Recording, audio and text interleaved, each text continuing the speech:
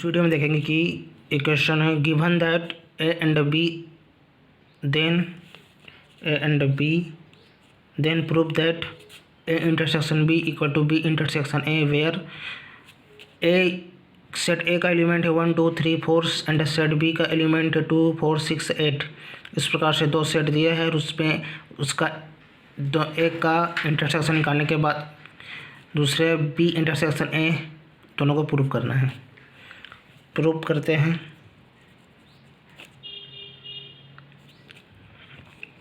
Given जो दिया है उसको लिख देते हैं। Given A equal to set A का एलिमेंट कौन कौन सा दिया है 1 2 3 4 यहाँ पर दिया है। एंड बी क्या दिया है 2 4 6 8 ये दिया है। अब लेफ्ट हैंड साइड को चलते हैं। प्रूफ किसको करना है, इसको करना है, तो इसको लेफ्ट हैंड साइड को लेकर चलते हैं। या राइट हैंड साइड को भी पहले ले सकते हैं, लेकिन हम यहाँ पर लेफ्ट हैंड साइड को पहले ले रहे हैं। लेफ्ट हैंड साइड में ए इंटरसेक्शन बी है। Left hand side A intersection B equal to एक एलिमेंट कौन कौन से हैं। एक एलिमेंट में है 1 है 2 है 3 है 4 है, ये सेट ए का एलिमेंट है। एंड इंटरसेक्शन फिर बी का एलिमेंट, सेट बी का एलिमेंट कौन कौन सा है। सेट बी का एलिमेंट है 2 है 4 है 6 है और 8 है।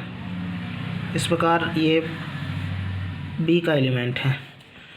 अब इंटरसेक्शन के अनुसार बाय डेफिनेशन इंटरसेक्शन जो दोनों में कॉमन हो, जो दोनों में सेम एलिमेंट हो, उसी को लिखा जाएगा इस इंटरसेक्शन में। यहाँ पर दोनों में जो कॉमन हो, दोनों में जो सेम हो। यहाँ पर देखते हैं दोनों में कौन कौन सा सेम है।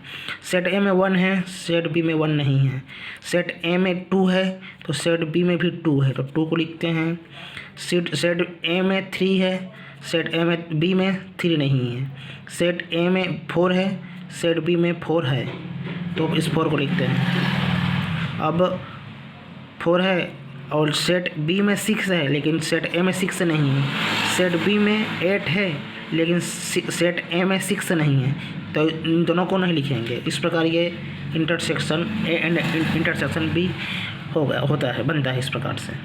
अब इसको इक्वेशन फर्स्ट दे देते हैं, इसका वैल्यू। अब चलते हैं राइट हैंड साइड की ओर।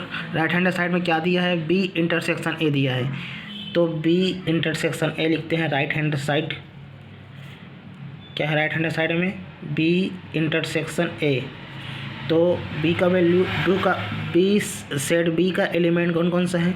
सेट बी का एलिमेंट है 2 है 4 है, यहाँ से 6 है और क्या है 8 है। ये सेट बी का एलिमेंट है। अब इंटरसेक्शन ए, अब सेट ए का वैल्यू कौन कौन सा है। सेट ए का एलिमेंट है 1 2 3 4। सेट ए का एलिमेंट है 1 2 3 4, ये सेट ए का एलिमेंट है। अब इस प्रकार सेट की इंटरसेक्शन की डिफिनेशन से बाय इंटरसेक्शन डिफिनेशन के अनुसार क्या कहता है, जो एलिमेंट कॉमन हो, जो दोनों में सेम एलिमेंट हो, उसी को लिखा जाता है। इसमें देखें सेट बी में 2 है, तो सेट बी में ए में सेट ए में एलिमेंट 2 है, यहाँ पर 2 है तो 2 को लिखेंगे। सेट बी में 2 है तो यहाँ 1 2 3 4 है। सेट बी में 4 है तो सेट ए में भी 4 है, तो इसको लिखते हैं। अब सेट बी में 6 है तो सेट ए में 6 नहीं है। सेट बी में 8 है, लेकिन सेट ए में 8 नहीं है, तो इस 6 और 8 को नहीं लिखेंगे, तो यहाँ पर ये हो जाएगा ये 2 एलिमेंट यहाँ पर आ जाएंगे, तो इसको इक्वेशन 2 दे देना हम। अब by equation first and second क्या होता है। फर्स्ट एंड सेकंड से क्या होगा, दोनों इक्वल हो जाएंगे। दोनों का मान सेम है ना जी। 2 है 4 है, इसमें भी 2 है 4 है, दोनों जो सेम हो जाएगा, बराबर इक्वल हो जाएगा। दोनों सेम है तो इक्वल हो जाएगा।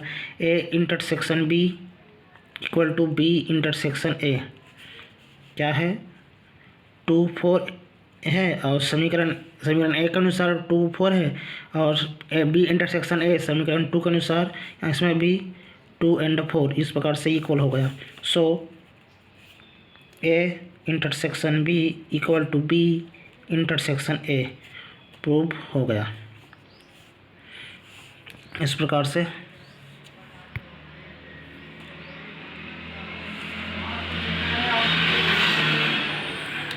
से ये ख़त्म हुआ। यहाँ पर इक्वेशन 2 है, इस प्रकार से बन गया।